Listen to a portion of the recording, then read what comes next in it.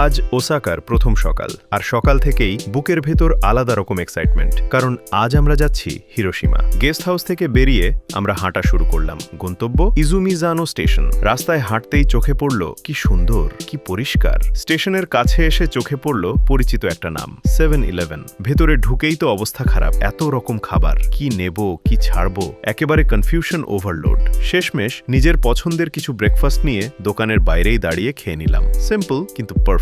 এরপর ঢুকে পড়লাম ইজুমিজানো স্টেশনে। ট্রেনে চড়ে রওনা দিলাম নাম্বার দিকে। ট্রেন চলতেই শুরু হলো জাপানের সকাল দেখা। শহর, ঘরবাড়ি, রাস্তাঘাট সবকিছু এত অর্ডারলি, এত ক্লিন, মনটাই ভালো হয়ে গেল। নাম্বা পৌঁছে এবার টার্গেট মিদো সুজি লাইন, যেটা ধরে শিন ওসাকা যাব। কিন্তু এখানেই একটু ড্রামা। টিকেট গেটে ডক্টর বাবুর কার্ড কাজ করছিল না, গেট খুলছেই না। তৎক্ষণাৎ স্টেশন স্টাফ এগিয়ে এলেন, একদম কাম ভাবে সাহায্য করলেন, আর ডক্টর বাবু আবার আমাদের সাথে। মিদো সুজি লাইনের দিকে যেতে গিয়ে নাম্বা স্টেশন দেখে আমরা সবাই বললাম, এটা স্টেশন না এয়ারপোর্ট?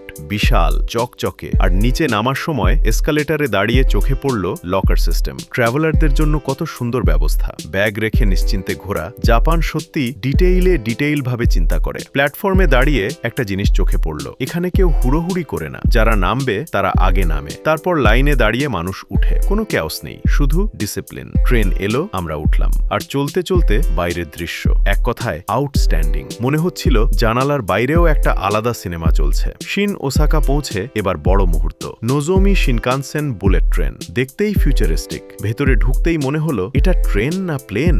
আর তারপর কিছুক্ষণের মধ্যেই আমরা পৌঁছে গেলাম হিরোশিমা। এখানেই আজকের ব্লগ শেষ। পরের ভিডিওতে দেখাবো মিয়াজিমা, সমুদ্রের বুকে এক ম্যাজিক্যাল যাত্রা। Stay tuned.